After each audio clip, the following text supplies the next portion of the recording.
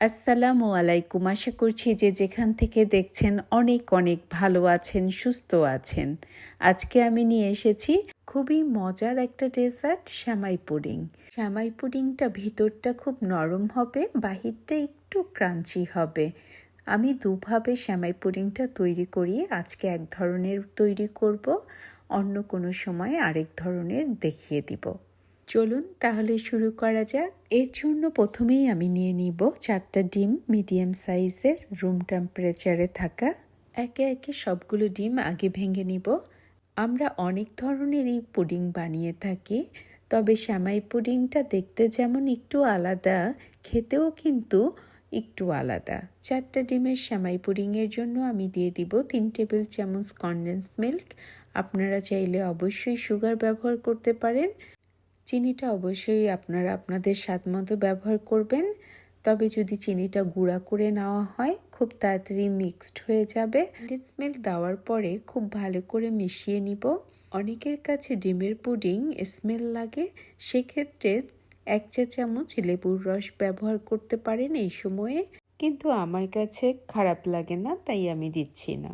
আর এখানে ব্যবহার করব 1 কাপ ঘন দুধ। আমি 1 কেজি দুধ জাল করে 1 কাপ করে নিয়েছি, সেই দুধটাই এখানে ঠান্ডা করে ব্যবহার করব।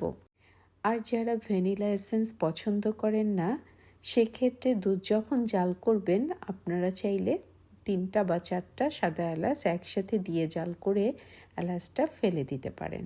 আমি এখানে 1 চা চামচ ভ্যানিলা এসেন্স দিয়ে দিয়েছি।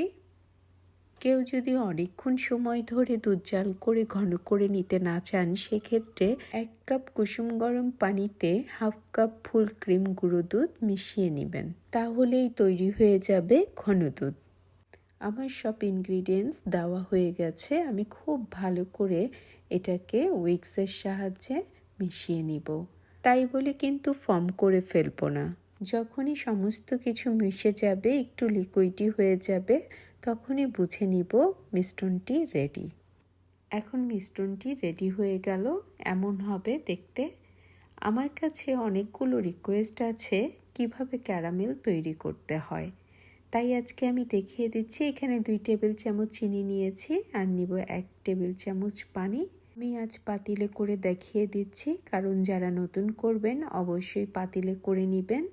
আমি একেবারে মিডিয়াম লো হিটে ক্যারামেলটা বানিয়ে নিব। ক্যারামেলটা করার সময় কোনো কিছু ব্যবহার করার দরকার নেই, জাস্ট একটু ঘুরিয়ে ঘুরিয়ে আমি ক্যারামেলটা বানিয়ে নিব।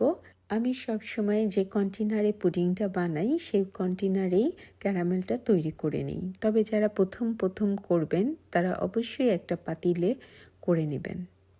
ক্যারামেলটা একরকম জালে হয়ে আসছে, দেখতে পাচ্ছেন কালারটা একটু হালকা ব্রাউন হয়েছে। আজকে আমি ক্যারামেলটা একটু গাঢ় কালার করব, কারণ সেমাই পুডিংয়ে একটু গাঢ় হলেই খেতে বেশি মজা লাগে, একটু ক্রাঞ্চিনেসটা বাড়ে। এখনও ক্যারামেলটা তৈরি হয়নি। যখন চিনির উপরে বাবলের মতো তৈরি হবে তখন থেকেই ক্যারামেল তৈরি হওয়া শুরু। যে যেরকম কালার চান সেটা বুঝে কম অথবা একটু বেশি সময় করে নেবেন। যেহেতু ক্যারামেল বানানো দেখানো আমার 4-5টা রিকোয়েস্ট ছিল, তার জন্য আমি একটু সময় ধরেই দেখিয়ে দিচ্ছি।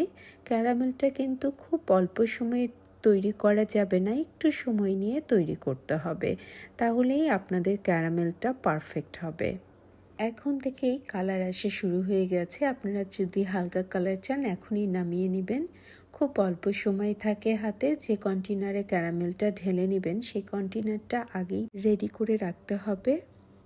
যারা হালকা কালার চান তারা এই সময় নামিয়ে নিতে পারেন, তবে আমি একটু গাঢ় কালার করব, তাই একটু অপেক্ষা করছি। ক্যারামেল রেডি, আমি এখন ঢেলে নিব। ক্যারামেল তৈরি করার সময় চুলার জাল কখনো বেশি অথবা কম করবেন না, তাতে করে কখনো চিনিটা শক্ত হয়ে যেতে পারে, কখনো দলা বেঁধে যেতে পারে। একরকম জালে ক্যারামেলটা তৈরি করতে হবে এবং চুলার জাল অবশ্যই মিডিয়াম টু লোয়ে থাকবে, তাহলেই পারফেক্ট ক্যারামেল তৈরি হয়ে যাবে। আর ক্যারামেল ঢালার সাথে সাথেই যে কন্টেনারে ঢালবেন সেই কন্টেনার ধরে ঘুরিয়ে ঘুরিয়ে সমস্ত জায়গায় ছড়িয়ে দিবেন। তা না হলে কিন্তু ক্যারামেলটা যেখানেই ঢালবেন সেই জায়গায় শক্ত হয়ে বসে যাবে। ক্যারামেলটা ঢালা হয়ে গেছে। দেখুন আমার ক্যারামেলটা কিন্তু পুড়ে নেই, খুব সুন্দর গাঢ় একটা কালার হয়েছে, কারণ আমি চাচ্ছিলামই যাতে একটু গাঢ় কালার হয়। দেখুন কত সুন্দরভাবে জমে গেছে। এবার আমি একটা ফ্রাই প্যানে 1 টেবিল চামচ ঘি দিয়ে দিব। আপনারা চাইলে বাটারও ব্যবহার করতে পারেন। একটু গলে গেলে আমি দিয়ে দিব 1 প্যাকেট 150 গ্রাম লাচ্চা সেমাই। আপনারা চাইলে ভার্মিচেলি সেমাইও ব্যবহার করতে পারেন, তবে আমার কাছে লাচ্চা সেমাই দিয়েই এই পুডিংটা পছন্দ। লাচ্চা সেমাইটা দেওয়ার আগে আমি হাত দিয়ে প্যাকেট থাকা অবস্থায় একটু গুঁড়ো করে নিয়েছি, তাই বলে একবারে মিহি গুঁড়ো না, জাস্ট হালকা করে একটু ভেঙে নেওয়া যেটাকে বলে। এবার আমি ফ্রাই প্যানে দিয়ে একটু সময় নিয়ে মুচমুচা করে ভেজে নিব।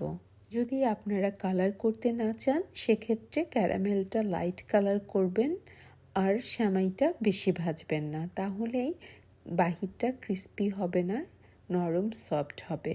কিন্তু আমি বাহিরটা একটু ক্রাঞ্চি চাচ্ছি, যার জন্য ক্যারামেলটা একটু বেশি গাঢ় কালার করেছি আর সাথে সেমাইটাও একটু বেশি ভেজে নেব। সেমাইটা কিন্তু সবসময় একটু করে ভাজতে হবে, তা না হলে কিন্তু নিচে লেগে যাবে, আর নিচে লেগে গেলেই যে কোনো জিনিসই খেতে কিন্তু সুস্বাদু হয় না।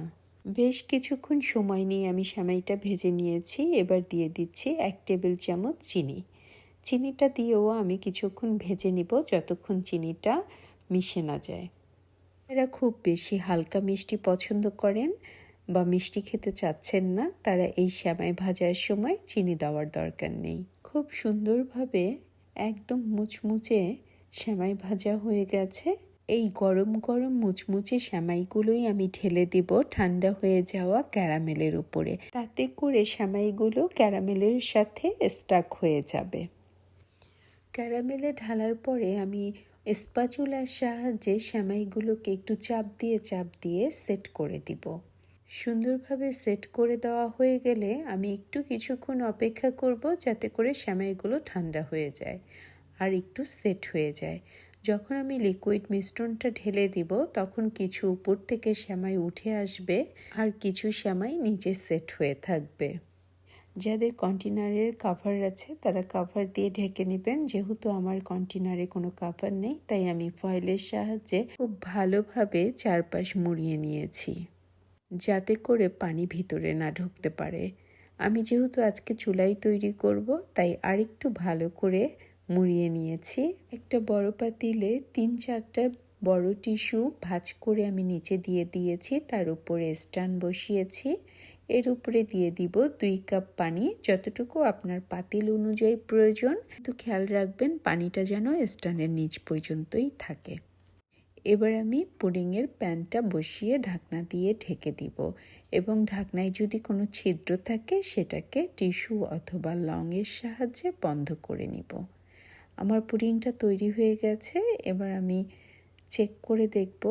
চুলায় আমার 30 থেকে 35 মিনিটের মতো সময় লেগেছে। আমি একটু খুলে চেক করে নিচ্ছি পুডিংটা হয়েছে কিনা। আপনারা টুথপিকের সাহায্যেও চেক করে নিতে পারেন। পুরোপুরি হয়ে গেছে, ভেতরটা দেখেই বোঝা যাচ্ছে। তারপরেও আপনাদের বোঝানোর সুবিধার্থে আমি একটা স্টিক দিয়ে দেখিয়ে দিলাম। দেখুন কত সুন্দরভাবে উঠে আসছে, খুব সুন্দর একটা কালার চলে এসেছে, যেমন সেমাই পুডিংয়ে হয়। তৈরি হয়ে গেল মজাদার লাচ্চা সেমাইয়ের পুডিং। এবার আমি একটু কেটে দেখিয়ে দিচ্ছি। দেখুন ভিতরটা কত সুন্দরভাবে হয়ে গেছে। তৈরি হয়ে গেল একেবারে ভিন্ন ধরনের সেমাই পুডিং। বাহিরটা একটু মুচমুচে, ভিতরটা নরম। যদি আমার এই চমৎকার মজাদার রেসিপিটা আপনাদের ভালো লাগে তবে অবশ্যই একটা লাইক, কমেন্ট অ্যান্ড সাবস্ক্রাইব করে আমার পাশে থাকবেন। আপনারা সবাই অনেক অনেক ভালো থাকবেন। আল্লাহ হাফেজ।